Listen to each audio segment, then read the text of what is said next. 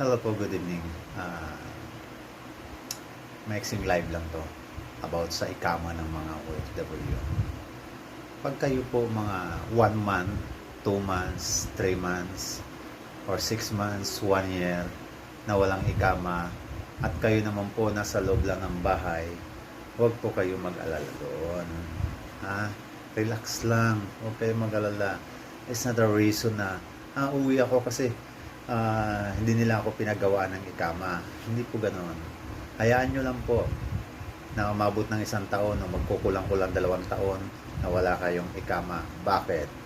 Kasi pagdating sa ikama, yan po yung responsibilidad ng employer ninyo. Di ba?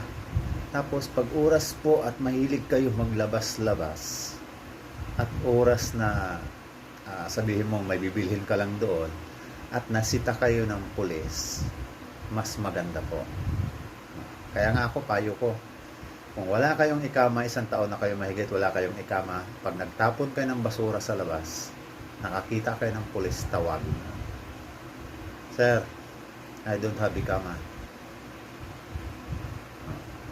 Tatawagan ngayon yung employer nila. Give me the number of your employer.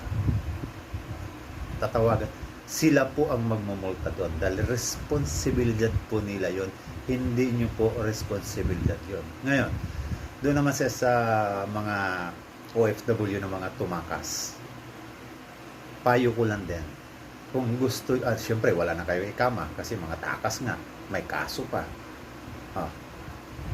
Tapos nagtatago na, TNT.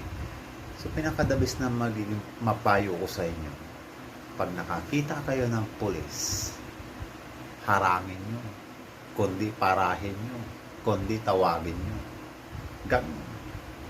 Tawagin nyo, sir, I don't have ikama, I'm a run away. Kung gusto nyo, makauwi agad dahil i-deport kayo. Ngayon, tatawagan nyo yung employer mo, bakit ika tumakas to? Bakit ika ano ika nangyari?